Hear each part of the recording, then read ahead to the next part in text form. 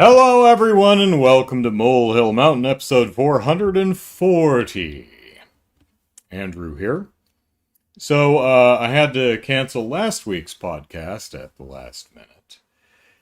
Here's my excuse this time.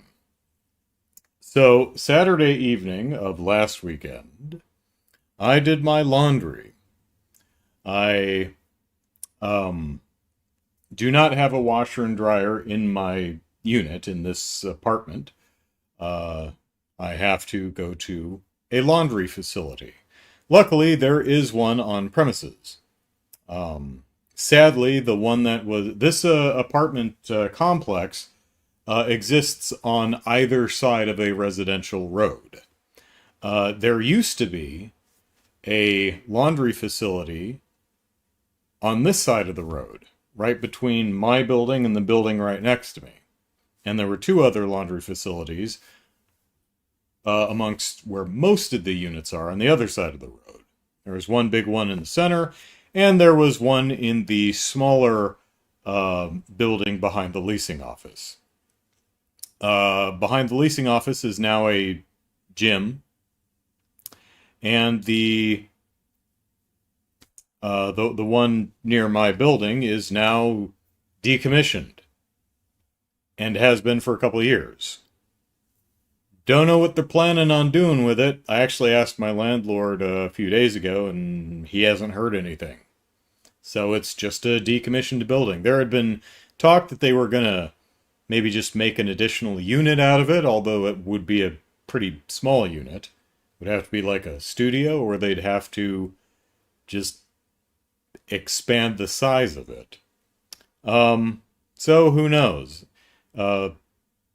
Funny enough, it's basically just a storage shed for laundry machines.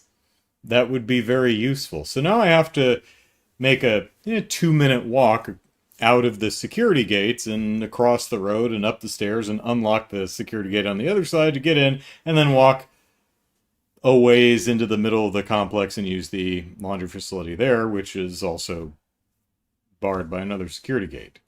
Not the most convenient thing ever. So in that main laundry facility, there are 6 washers and 6 dryers.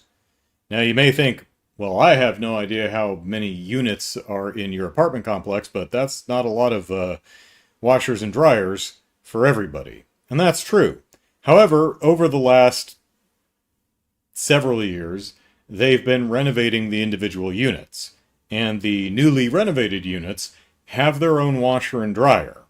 So fewer and fewer residents require a laundry room because they have their own washer and dryer in their unit. I've lived here, this is my 11th year in this unit, so this is the old apartment layout. I've got carpet. The new ones are wooden floors. I have no lighting. The new ones actually have built-in overhead lighting, which would be really nice. My kitchen is very small. The new kitchens actually knock over much of this wall. This wall right here where the light is, that's gone in the new units, and they extend the kitchen kind of out a ways so you have more counter space, which is nice. But there's no, there would be no way. I like this unit because I have a window. Most of the units don't actually have windows. Also, my parking space is like literally right outside my front door. So I'm only sharing a wall with one person. And there's a breezeway between our apartments, so the only shared wall is the bedroom. And a shared ceiling/floor with the apartment above me. So there's no one on that side. And we're set back from this is like, for me, this is like the best unit, even though it's not a renovated unit. So I wouldn't want to move out, have it renovated, move back in. First of all, they wouldn't let me do that anyway. They'd let me move into a renovated apartment. In fact, my new neighbors moved from an old version of the apartment to the newly renovated one right next to me. When my old neighbors moved out, the renovators went in the absolute second they left and dropped the keys in our landlord's hand. Like, the people renovating the apartment were waiting for them to leave and then immediately started tearing the place apart, 6 weeks ago. So as soon as I leave, they'll renovate this apartment. Which, as you might guess, leaves them very little incentive to keep the laundry room well maintained.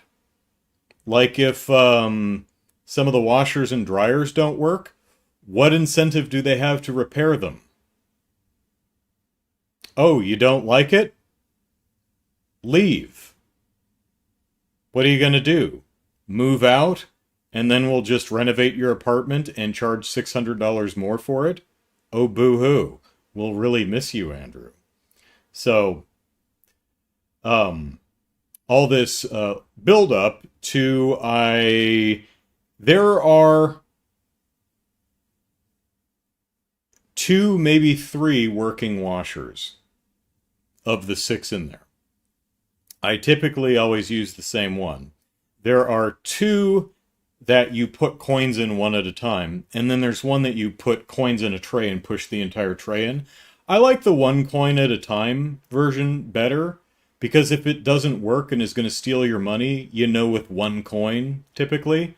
With a tray, it costs $1.75 for a wash and $1.75 for a dry. So you're putting 7 quarters in, you jam the tray in, and if it doesn't work, well, shoot, you just lost 7 quarters.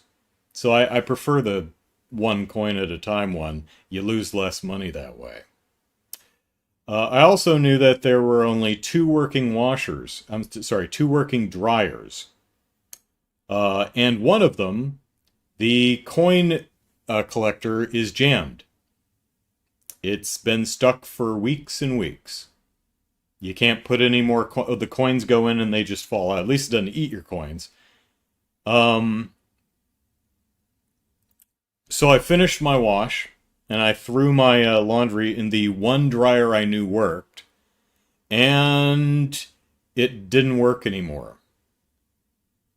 Oh, it took quarters, but it didn't actually accept them, and it didn't give them back. I put 3 quarters in that thing, and it just didn't accept them. So I looked at I knew the one above it didn't work. That one's still jammed. So I looked at the other 4. One of them I know doesn't have any heat. One of them, the change drawer is stuck closed, so you can't even use it. One of them, the button that turns the thing on after you put the money in, is missing, so you can't even turn it on, which left the 4th one. So I tried my luck. 1, 2, 3, 4, 5, 6, 7 quarters. Bump, bump. Doop. And nothing. Doesn't turn on. All 6 dryers broken. Every single one. So it's like a little after 6 now, and I've got a basket of wet clothes. Well, shoot. I guess I'm going to have to drive to the nearest laundromat and use that. Phooey. That's not convenient. So I put my basket of wet clothes in the trunk of my car, which I was stymied by because the trunk release on my key fob didn't work. And I was like, well, that's weird. What, did the battery in my key fob die? Oh, shoot. I don't even think I can take that sucker apart. I think I have to actually, go to a dealership and get a new fob. I don't know that there's access to a battery. I think the whole compartment is glued together. Oh well, luckily you can still unlock the trunk with the key, so at least that's still a thing, at least on that car. So I put my basket of wet clothes in the trunk, tried unlocking the door, and the fob didn't unlock that either, so yeah, I guess the battery was dead. Luckily, still a keyhole, at least in the driver's door. There isn't one in the passenger or the rear doors, which I find inconvenient, but whatever. So I unlock the door, go in, turn on the car, and nothing. Absolutely nothing. It wasn't the key fob, it was the car battery. The car battery was so dead that I couldn't even pop the trunk with the key fob or unlock the door. Now that's a dead battery. But that's okay because I have a little power brick that I can use to jump a dead battery. So I pop the hood and I turn on my battery and I clip it to the battery and I go and I turn the ignition and nothing. Just nothing. So I do a power indicator test on my battery and it's half full. I'm like, well, shoot. I'm going to have to charge the battery, which takes maybe an hour. So I set the battery charging. I think, okay, I guess I'm going to have to walk a mile or so, however far it is, to the laundromat with a basket of, well, I wasn't going to use a basket, I was going to throw it in a duffel bag. Certainly not going to cart a basket a mile. So that's when I canceled the podcast. But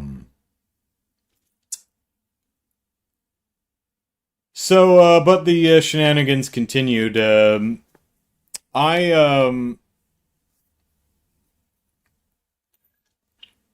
sent an email to my landlord, said, you gotta, all 6 of the dryers are broken. And a bunch of the washers, but all of the dryers are broken. This needs to be fixed. Of course, this was Saturday, so he certainly wasn't going to get that until Monday. But I was at the time finishing up editing my video on the music of Trails in the Sky. So I thought, you know what? I'm going to take the 40 to 60 minutes it's going to take to charge the battery and do my final pass edit on this video.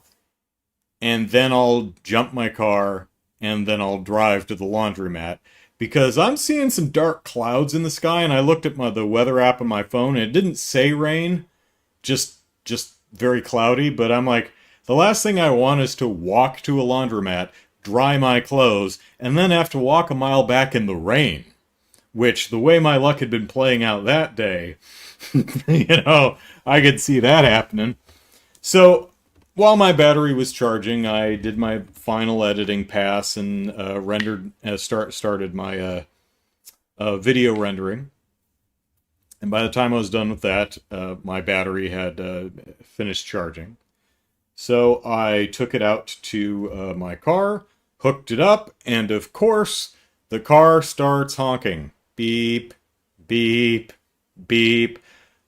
That's what it does on a almost completely dead battery. Luckily, it only sounds the horn like 15 times before it stops. If you try to start the car and it doesn't start, it'll do the same thing. What I have learned in the past is basically I have a little catch on my little safety feature on the battery that you can turn off in order to, like, turbocharge your battery. This is for very, very dead batteries, which mine was. So I disengaged the safety, and I left it on the battery for 5 minutes.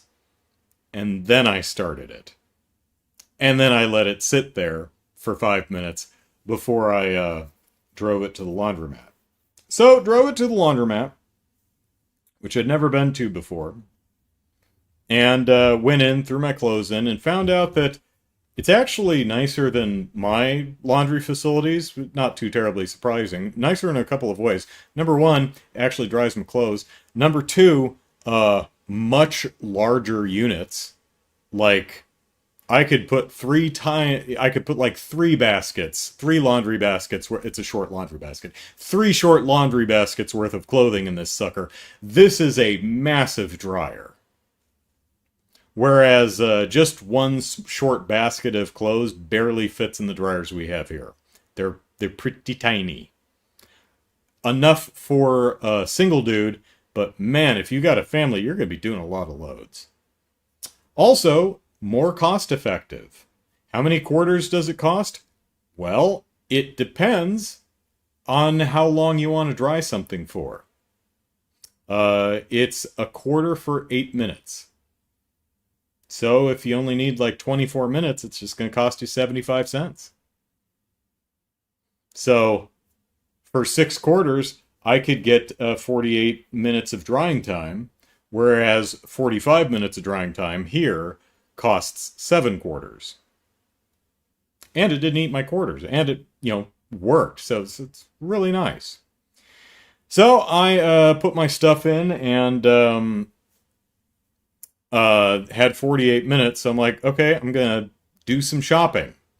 So I did my shopping, and I came back, and I still had about 15 minutes on the clock. So I went outside to just take a walk.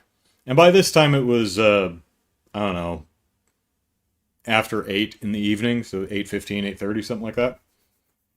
And I look across, and I'm starting to get hungry. I'm like, oh, I'm definitely going to eat when I get home. But I look across the street, and I see Taco Bell, a fast food joint that I have not eaten at in many a year. At least I don't remember. Like the last, I don't eat fast food. The last time I ate fast food was probably when I was driving a long distance, like hundreds of miles, and needed food. And just ate wherever. Though, generally speaking, if I'm driving hours, which is not frequent, and I stop somewhere to eat, I'm probably just going to take half an hour and stop at some sit-down kind of joint, like a Denny's or some local sit down and order something kind of a place. So it has probably been many, many years before I've had a burrito at Taco Bell. Now, I remembered when I was a children, there was a promotion for Taco Bell. $59.79.99. And that was kind of the little jingle they had on their commercials, which was advertising 59-cent burritos, 79-cent whatever the tier up from burrito is, and then 99-cent whatever the tier up from that, burrito supreme, something like that. But when I was a kid, young teenager, 14, 15, somewhere around there, 12 to 15, that range, you could get a bean and cheese burrito at Taco Bell for 79 cents. Arby's at the time had their 5 for 5 deal, which was 5 roast beef sandwiches for $5. So $1 per sandwich. Oh man. As a child of a not wealthy family, and I never considered us impoverished, but what did I know? I was a kid. We were significantly less fortunate than I realized at the time. It was not until I was an adult that I knew that, for example, the president of our grade school, Mr. Can I remember what his name is? I don't remember what his name is. He paid for my sister and I's field trips because mom didn't have the $5. When the class... Do you remember field trips? Do schools even do that anymore? Like the whole class goes to a museum or the zoo or something like that. And to help fund that, buy lunch, the transportation, all that, every kid chips in $5. You've got a class of 30, it's $150, and that helps fund the trip. Mom didn't have it, so Mr. Don't remember anymore. I found out much later that he was paying for our field trips because mom didn't have the spare cash. My sister and I ate breakfast at school. Our school had a breakfast program where you could go to school and go to the cafeteria and get breakfast before school, and you'd of course go to the cafeteria for lunch. At the time, I didn't realize that was accommodating kids that couldn't afford food. My sister and I can't speak for my sister, but I just thought we were special. It's like, we get breakfast at school because we're just cool like that. No, we got breakfast at school because mom couldn't afford food. So thank goodness for that program. We got free breakfast and lunch. Chaos says, plus if those machines, the laundry machines, break down, they have an incentive to get them fixed. Yeah, I'll get to the resolution of this eventually, but my story does meander because I'm telling it. So I do kind of miss the when fast food was like super cheap. Of course, it was probably super cheap in part because everyone who worked there was making like $2 an hour. They were probably significantly underpaying their employees. Now, so I went to Taco Bell for the first time in years, just as like I liked Taco Bell's bean and cheese burritos and whatever sauce. I thought they were yummy. Yes, they're not authentic Mexican food, but I never felt that they were trying to be. But I'm like, you know what? For 79 cents, this is a satisfying burrito. So I thought I'd go and I'd buy 2 bean burritos and see if lived up to the memory or if my tastes have changed over the years. A bean and cheese burrito is now I think $2.69, something like that. Significantly more expensive than the 79-cent deal of my youth. But I mean, now that I can afford it, I'm perfectly happy paying $2.69 for a burrito so the poor kids behind the counter can make a living wage. At least I hope they are. So how's Taco Bell's burritos these days? They're just as I remember it. They are completely satisfactory. I thought they were satisfying. It's beans and cheese in a tortilla. It's hard to screw that up, but yeah, it's a nice soft tortilla. It's got a good consistency. The cheese is melted properly. It doesn't have the problem of what is that preservative that they use in shredded cheese? Is it that kind of powdery crap that they put in shredded cheese to keep it from sticking together and becoming a gloopy mess? I forget what exactly it is, but it's that fine powdery stuff. Still doesn't have that problem. It's melted nice. It's a fine burrito. So that was nice.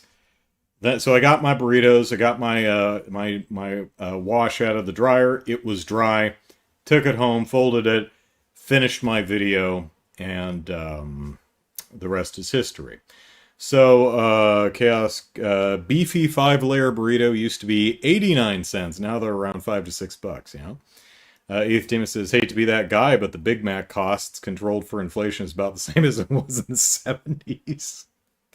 Really? Huh.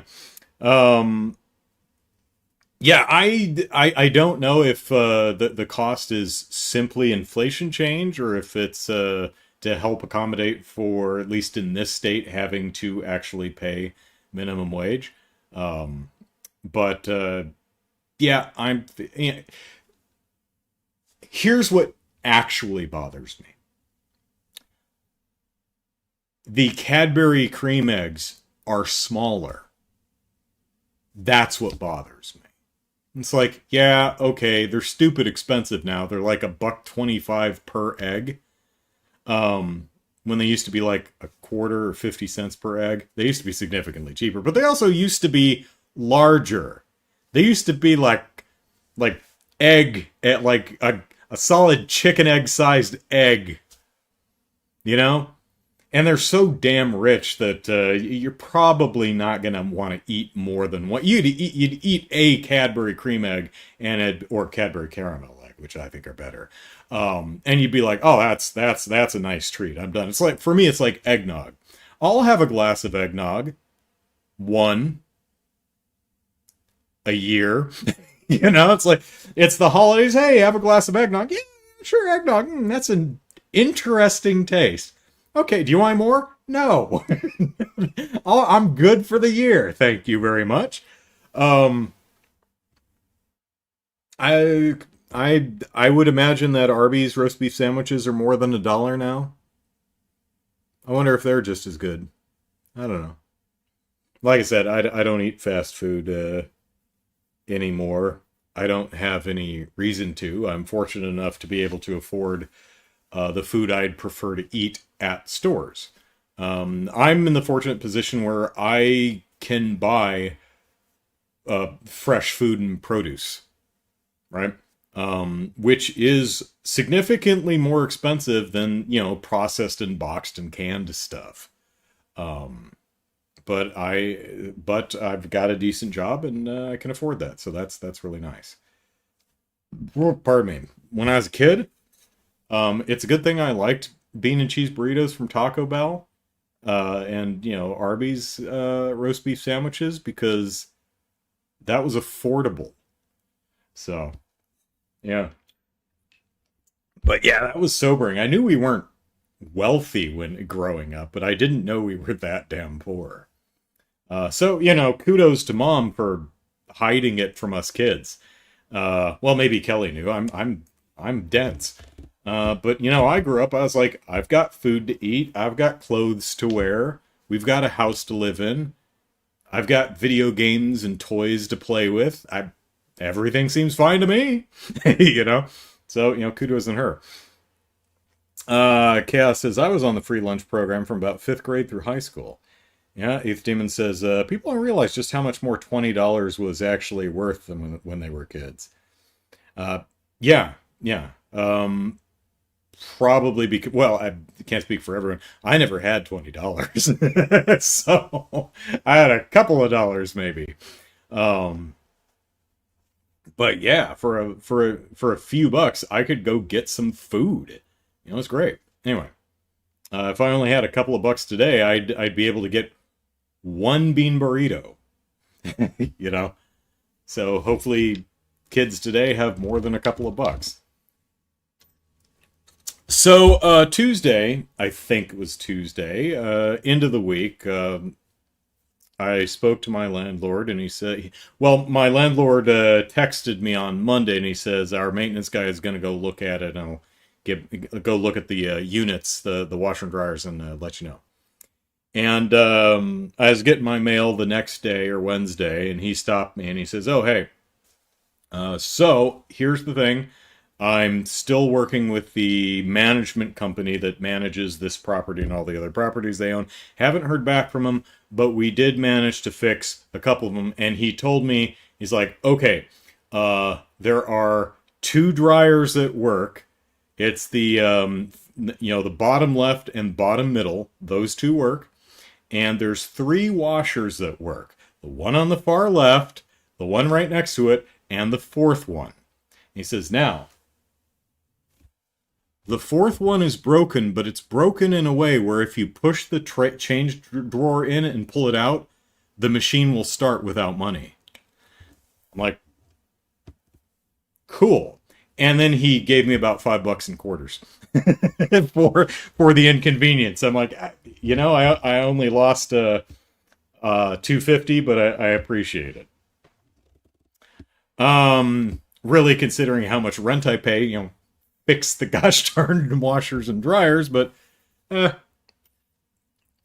let's see. When I was a child, says Chaos, Snickers bar was 50 cents, and they were about 30% bigger. Yeah, I don't. Yeah, the cost increase is irksome. I'm not going to pretend it's not, but it's the reduction in size that really bothers me. Like, I'm not going to notice. You think I'm going to look at that smaller candy bar and think, "Oh my, how I've grown"? No, I know you're cheaping out. You've increased the price and reduced the amount of product I'm paying for. For shame.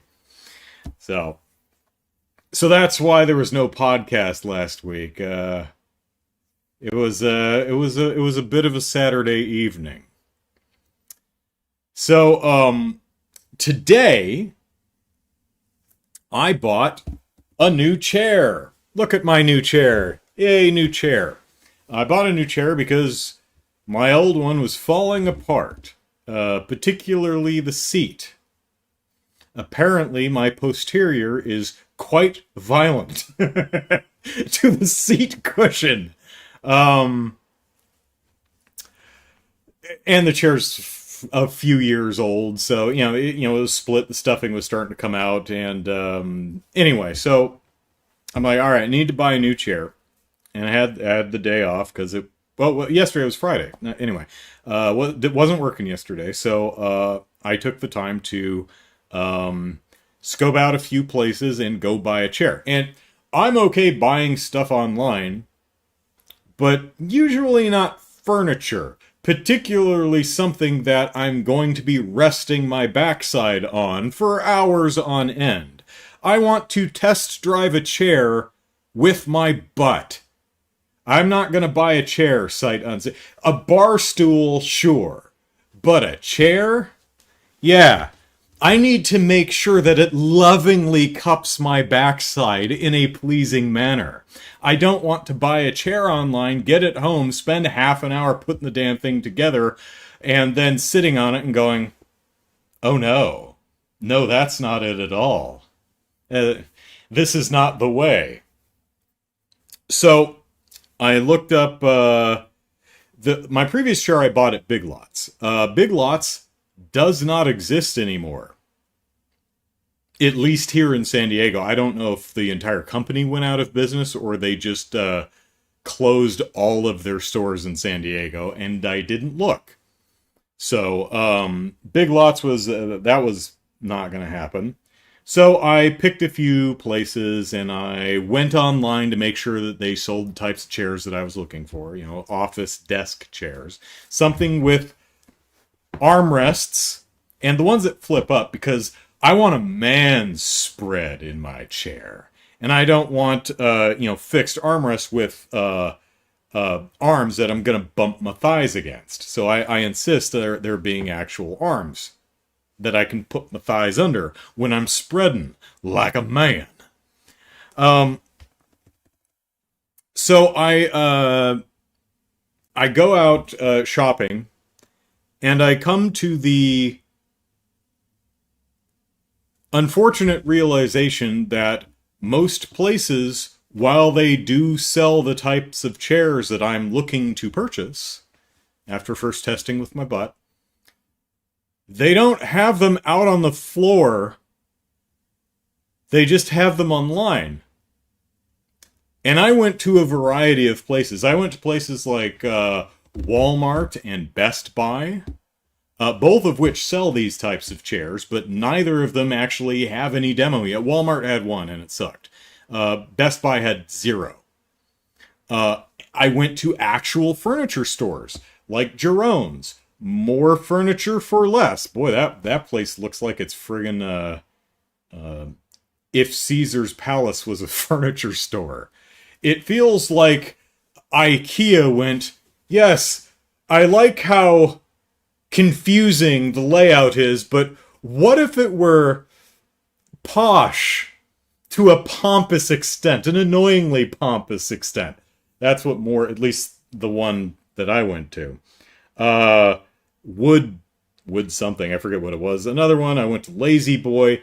None of them actually, they all have couches and beds and footstools, and the few chairs that they did have they struck me as more decorative than actually something you'd want to rest your arse in. And it was Lazy Boy that suggested I go to Staples, as they sold some of their product at Staples. I went, well, as it happens, there's a Staples like a quarter of a mile down the road.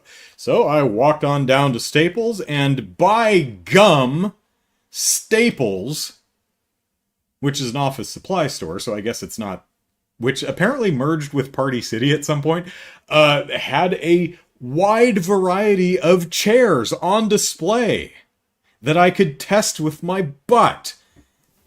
So that was nice. Jared says it's out of business. I figured that was the case, but yeah, I wasn't sure. So Big Lots is completely out of business. Well, that's a shame. I think There was another kind of a drugstore near. Is it Rite Aid? CVS? One of the two. CVS. CVS is gone. Again, I'm not sure if it's. I think it might just be CVS went out of business. I can't remember. Um, Still exists, but a lot of the stores closed. Kind of shocked I didn't start at Staples. Yeah, I mean, I was thinking more along the lines of actual furniture, but yeah, I obviously should have started at Staples. That would have saved me a lot of time in the day because I went to I think 8 different retailers from furniture stores to Walmarts and Best Buys and ended up at Staples. And they had a bunch of chairs. And there were three that my posterior agreed with. The two I did, this is the cheapest of the three by over $100, but that's not the entire reason. One of the other ones was branded as a men's big and tall chair. It is the widest chair that I have ever lost myself in. It was a comfy chair. And I was really considering getting it because it just felt nice to sit in. It had really nice support. It felt really good to sit in. But man, I was swimming in that chair. I'm a decent sized dude, but wow, was that a big chair. So I'm like, I've never had this happen to me, but this chair is too big for me. I feel like a small child. Um, that one was so this chair's 160, I think. That chair was $300. The other chair was 280, and it was pretty similar to this one, and it was quite comfy. I liked it, just the fit. I felt was the fit and the comfort was beat this one out. But the reason it was $100 more was because it had warming and vibrating features. That's why it cost more than $100 more. And I was like, I like this chair just a skosh better, but I really don't want to pay an extra $120 for features I know I am never going to use. So I live in San Diego. It's not cold enough to need a warm chair. I mean, I can always just grab this if I get cold. I've got blankets. I bought a sweater for the bonsai cosplay I did a year ago. Uh, I'm fine. And I don't like vibrating massager things from foot to back to anything else. I don't want to sit in a chair. I'm like, yeah, I'm never going to use that. So I bought this one. New chair. Huzzah. CVS still exists. Rite Aid is gone. Okay, so maybe it was Rite Aid. I can't remember. Good office chairs aren't cheap. That's true. This one, I'm a little concerned because it's $160. It's like, is it gonna fall apart really quickly? Because this is one of those. It's kind of billed as a gaming chair. Um, Whatever. It's comfortable to sit in. It meets my needs. Um, I like it, but the chairs I liked better. One was Sharper Image, the one that yeah, the one with the warming and vibrating features, that was Sharper Image, and I think the really big one that was $300 looked like a really quality chair, and I would have splurged for it, but it was just too big. I think that was a Lazy Boy. Um, so yeah. Yeah, I I'm confident that you could easily spend a lot more than 300 on a chair. In fact, at More Furniture for Less, there was a vibrating chair. Now, granted, this was specifically a massaging chair, but it was also $10,000. And I'm like, it better insert very crude thing here for $10,000. Um, so yeah, this couch is actually a little more. It's I think it was like now. Granted, I got it on like this chair. This chair was on sale for 160. I don't remember what it was marked down from. Probably like 225, 230, something like that. This couch was marked down. I think I bought it for like 330 or something like that, which is nice. I probably do need to get a new one. It did part of the frame is broken in the back. I think I sat on it too hard. I think I plopped at a really bad angle, and part of the wood on the back just splintered out and poked through the fabric on the back. You can't see it's facing away, but the couch still feels stable. Also, the throws, these that came with it, these are getting a little thin, which is one of the reasons I have a pillow out here, just because, because the couch pillows are getting a little thin. So, all right.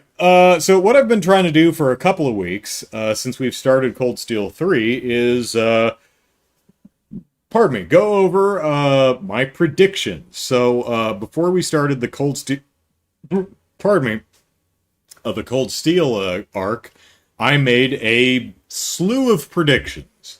And Brian dutifully made a spreadsheet and has been awarding me points for the things I got right out of how many points. And after Cold Steel 1, I had a score out of 44.5 possible points. I had 29.75 for 66.85% accuracy. So, we've finished Cold Steel 2, so let's see if any more of my predictions have come true. Granted, a lot of my predictions are just for Cold Steel in general, so, some of them, may happen in the future, but they haven't happened yet. So, we don't have a grand score, but let's see how my accuracy holds after any of the Cold Steel 2 predictions. So, I had predicted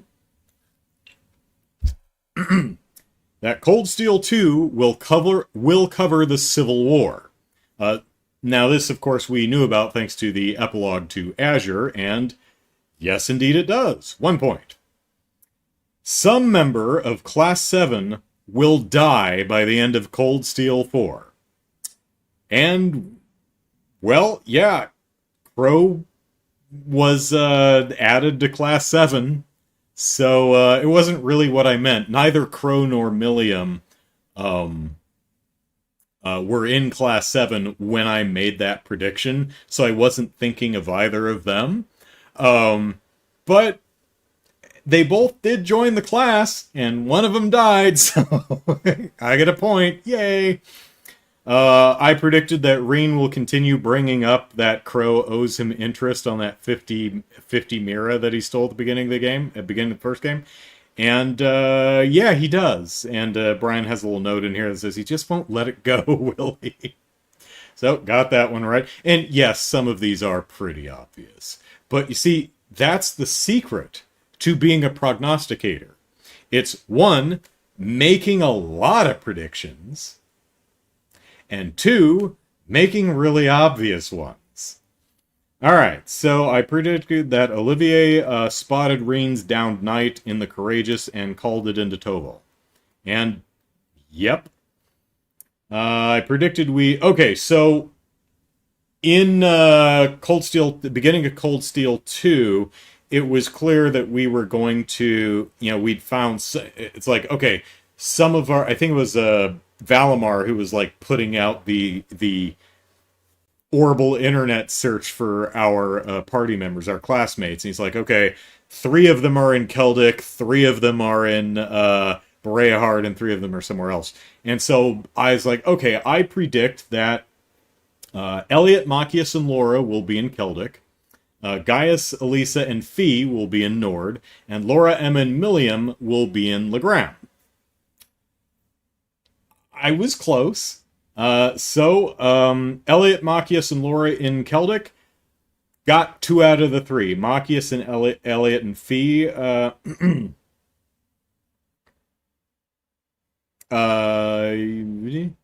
Machias, Elliot, and Fee. Fee was there. So half a point. Gaius, Elisa, and Fee in Nord. 2 out of 3. Gaius, Elisa, and Milliam were in Nord. And Laura, Emma, and Milliam in Legram. It was Emma, Laura, and Eustace, who ended up being in Breard. So, got a half point for each. I predicted the memories that Reen was seeing in the shrines were from Dreichels, and yep, indeedy do. Somehow I pulled it out of my ass that the hooded man that was following us around would be Instructor Thomas, and Brian says, yeah, astonishingly correct. I don't remember if that was like a 1-minute prediction, if I like pulled it out of my rear end right before he took the hood off, or if it was like, I know it wasn't immediate. I don't remember when I predicted that, but yeah, for some reason I got that one right. No idea. I don't remember what tipped me off or why I thought that. In the retake of Trista, we'll split into 2... Okay, so when we went to Trista, I was like, alright, we're going to split into 2 groups of 4, then Reen, Valimar, and will support separately. And no, Reen's just in Group A, so no points. Reen's biological father is Osborne, which Brian split from his mother, because I made a prediction on who his parents were. So I predicted Osborne would be daddy, and yep. I predicted that the prediction for Mama is Arianrod, but that has neither been confirmed nor denied yet, so we'll see. After finishing the Junk Wanted class, Junk Wanted quest towards the end of the game, a shop will open up with something expensive you can transfer to Cold Steel 3, which will cost 100,000 Mira. No. No shop opens up at the little flea market. There are some expensive items on sale, but they're for sale in the old schoolhouse, so no points. Man, I thought that one was going to be... I remember predicting the exact... I was so confident on that one. I'm like, I'll predict the actual... how much it's going to cost. I don't think that the mirrors cost 100... I think... Were they 100,000 each, or were they like 90,000 each? I don't remember. But yeah, I got that one wrong. So that was the quest where you ran around picking up junk for sale at the flea market. I'm like, this is going to unlock a new shop at the flea market, and there's going to be this really expensive thing that we could buy and transfer the... No shop, no expensive thing, and no transfers to Cold Steel 3. So, wrong. Arianrod's feisty minion Duvali will show up. Duvali's in parentheses, because I think when I made the prediction I couldn't remember what her name was. And she does indeed, and we fight her repeatedly in Cold Steel 2. And Brian notes, and it's something I've joked about, that she must be pulling all-nighters going back and forth between Ereboni and Crossbell. In addition to being a former Bracer, Sarah is also a former Jaeger. And yes, she is. I had originally predicted that both Sarah and Fee were former Jaegers, although of different cores. And then it turned out that Sarah was a former Bracer, and I was like, oh, well, she could have been a Jaeger before that. Turned out, yeah. So, Sarah and Fia from different Jaeger Corps, so got a half point for that. Yep, Sarah's from Northern and Fia's from Zephyr. And I actually did predict that Sarah was from the Northern Jaeger specifically. And the reason I did that, I think, was the end of Cold Steel 1 in the Who You Choose to Dance With. She starts talking about Northumbria. So I'm like, okay, if she is a former Jaeger, that's the Northern Jaegers. So, yep, half point. Emma is a witch. Celine is her familiar, and they have some way to communicate. And yeah, Celine, they communicate because Celine speaks fluent English or whatever language you happen to be playing the game in. I also predicted Celine would be Emma's grandmother. And I predicted this because they're obviously very close. She seems to be almost taking orders from Celine at points. Celine has a very guardian role in her life. She constantly talked about how she was learning stuff from her grandmother and stuff like that. And I thought that might be an interesting dynamic if, Celine was a grandmother, Misty was like the mother, and Emma, of course, being the Misty being Celine's daughter and the mother of Emma. But no, Celine's just a cat. She's just Emma's familiar. She's just a cat. We haven't met Emma's grandma, if she's still around. So 0 points. 41.25 out of possible 59.5, which actually increases my accuracy. So I ended Cold Steel 1 with an accuracy so far of 66.85, and that has increased to 69.33%. Of course, lots more predictions and 2 more entire games to get through. So, I'm looking at one of my predictions, which was Reen will still be the protagonist of Cold Steel 3. Yeah, it looks like that's the case so far. I did not predict Jinjo. Yuna will show up in Cold Steel 3. Yes, she did. Let's see. We'll visit Hamel. I've got some stuff on actually Reverie coming up. At some point mirrors will have reflections. And yes, the one mirror in Reen's room specifically is reflective. It's the only one, but hey, it counts. Also, kind of got a half credit one that's being worked on. Anton will shoot his shot with someone in Cold Steel and get shot down. Well, he's planning to shoot his shot with Sharon, but hasn't quite yet. I mean, he did shoot a shot, and she didn't say no, but he's still planning on tracking her. So we'll see what happens there.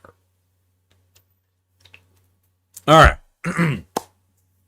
So thank you as always to Brian for tracking all my silly predictions, which of course are separate from my 1-minute predictions, which we tabulate during the stream alongside of Reen's size and head pats. Although Cold Steel 3 has only had 1 head pat so far, and it wasn't Reen. It was Agate head patting Tita. So, all right. Hey, got a podcast done. Huzzah. So that's it for tonight. Thanks everyone for hanging out and listening to me ramble, and join me tomorrow for some more Cold Steel 3.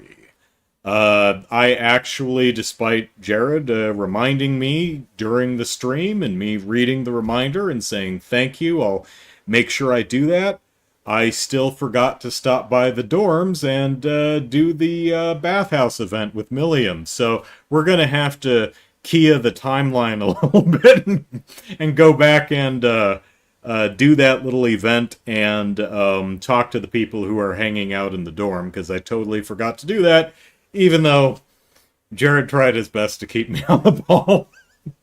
Oops. Also, I seem to have figured out how to get the cheat engine table to work with Cold Steel 3.